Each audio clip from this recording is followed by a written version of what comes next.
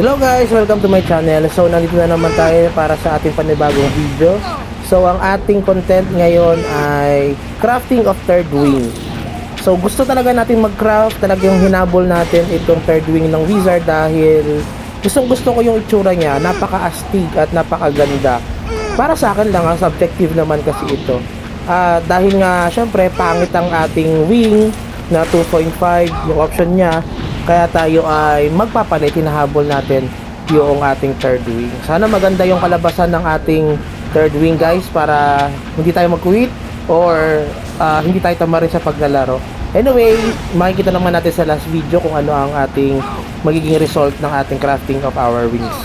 So ang kailangan para makapag-craft kayo ng wing nyo, ng third wing, ay yung condor, no? Kailangan meron kayo niya. So 50 na condor na broken nata yan. So ika-craft natin yan. So yan, nag-craft na tayo. So meron na tayong condor spark, which is importante or essential dito sa ating pag-craft ng third wing.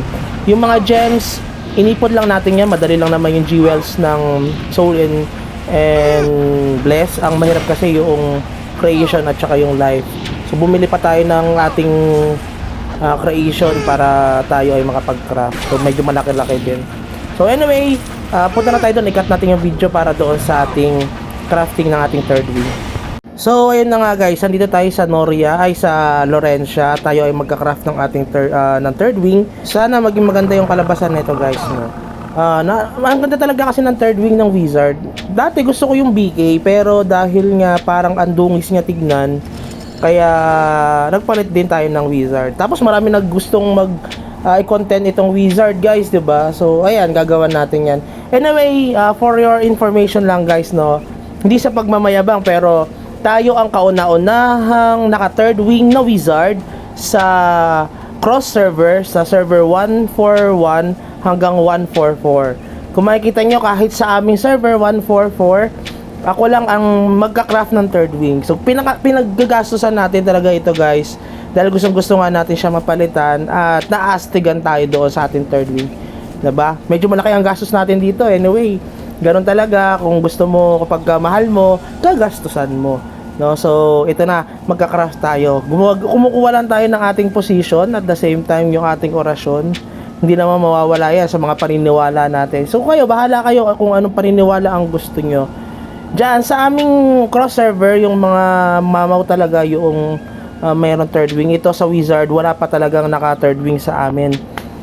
Ito pa lang, no, mag-create pa lang tayo. At tayo ay top 6 overall sa mga wizard. Pero number 36 or rank 36 tayo dito nung in overall sa server 141 hanggang 144. 36 tayo, napakalayo natin. So ika-craft na natin yan, makikita natin kung ano ang magiging result ng ating third wing, yung option. Anyway, kapag nag-craft kayo ng option ng third wing, hindi ka pa rin makapamili. Randomly pa rin yung pagbibigay ng stats, yung base stats niya, at the same time yung option. So dasal lang talaga. Tsaka syempre, kailangan may lucky charm kayo or kahit ano pa man yan na paniniwala nyo, orasyon, para kayo ay benasin dito sa pag-craft ng third wing. Kasi ako malas talaga ako sa pagka-craft ng wing. Kasi alam ko swerte ako sa pag-ibig, no? Pero single tayo guys ngayon. Kung meron kayong irereto dyan, comment down sa ating comment section para baka may maging jowa tayo bago matapos ang taon. Anyway, ika-craft na natin ito. Yan, kinuha na natin ng ating second 2.5 wing at ika-craft na natin siya. Kung mapapansin nyo, 25 to 45 yung ating base option, yung absorb at saka yung reduction. Tapos randomly yung ating option na makukuha. Sana maganda yung makuha nating option dito kahit papano.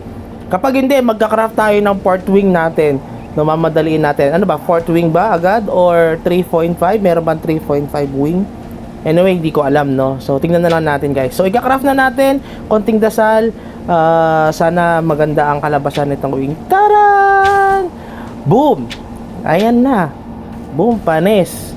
Nag-craft na tayo. Tingnan natin, isuot natin ang pinakamagandang third wing ng wizard. Diba? Ang astig, guys. Napakaganda. Parang ang linis niyang tignan. Naka-color blue ka. Tapos, meron kang wing na may puti tapos mayroong color blue sa gilid niya. Shit, napakaganda. Kaso, yun, minalas nga tayo guys. Yun lang talaga. Malungkot na anyway, move on. Yun lang sabi ko sa mga kasama ko, move on guys.